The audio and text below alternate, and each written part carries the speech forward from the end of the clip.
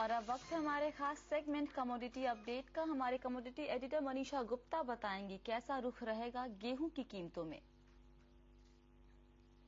पंजाब और यूपी में गेहूं की बुआई में देरी हो रही है और अब तक गेहूं के 60% हिस्से पर ही बुआई हो पाई है। आने वाले समय में प्राइसेस कैसे रह सकते हैं, इसी पर बात करने के लिए हमारे साथ इंदौर से हैं राहुल वोरा और मुंबई से अजय गोयल फोन लाइन पर। आप दोनों का ही बहुत शुक्रिया समय निकालने के लिए। अजय, पहला सवाल आपसे ही पूछना चाहूंगी कि बुआई में इस बार देरी है, करीबन 40% बुआई कम बताई जा रही है पिछले साल इसी समय तक। किस तरह से आप प्रोडक्शन आता हुआ देखते हैं और प्राइसेस कहां जा सकते हैं?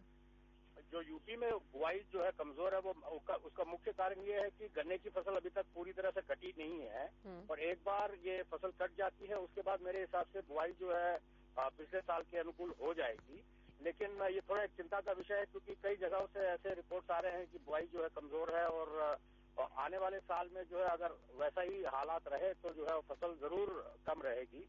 लेकिन फिलहाल क्योंकि गवर्नमेंट के टेंडर चालू है कई प्रांतों में, इसलिए कोई ऐसे खास तेजी के इमीडिएट आसार नहीं लग रहे हैं। राहुल, यही सवाल आपसे भी कि आप इंदौर से हैं, किस तरह के बुआई के संकेत आपको यहां पर मिल रहे हैं और प्राइसेस की सिचुएशन कैसी है?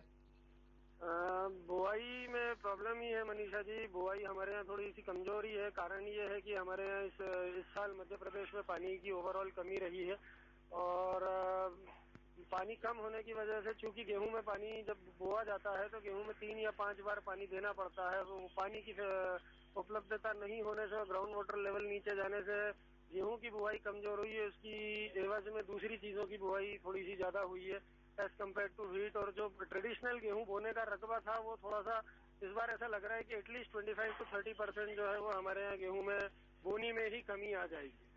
जहाँ तक प्राइसेस मूवमेंट का सवाल है, इस वक्त काफी सारा स्टॉक जो है वो गवर्नमेंट के ही पास है, तो प्राइसेस का जो मूवमेंट है टोटल मतलब गवर्नमेंट के जो मूव्स है उसी पे डिपेंड करता है। आने वाले कुछ महीनों में हाल फिलहाल में ऐसा कोई तेजी का लंबा मूव नहीं नजर आता है। अजय जी, इंटरनेशनल मार्केट से किस तरह के क्यूज हैं, क्योंकि वहां पर भी काफी मंदी के बाद अब कुछ प्राइसेस सुधरते हुए नजर आए हैं? अजय जी, आपको आवाज आ रही है? अजय से संपर्क नहीं है। राहुल, आपसे जानना चाहेंगे इंटरनेशनल मार्केट से किस तरह के फिलहाल संकेत मिल रहे हैं? इंटरनेशनल मार्केट में गेहूं काफी टूट गया था, उसके बाद अभी थोड़ा सा सुधरा है, लेकिन ओवरऑल इसमें कोई लंबा चौड़ा सुधार आने की संभावना नहीं है। बाजार इसी रेंज बाउंड घूमता रहेगा, ज्यादा अपवर्ड ट्रेंड की संभावना नहीं है। तो ओवरऑल ऐसा कोई फैक्टर नहीं है तेजी आने का।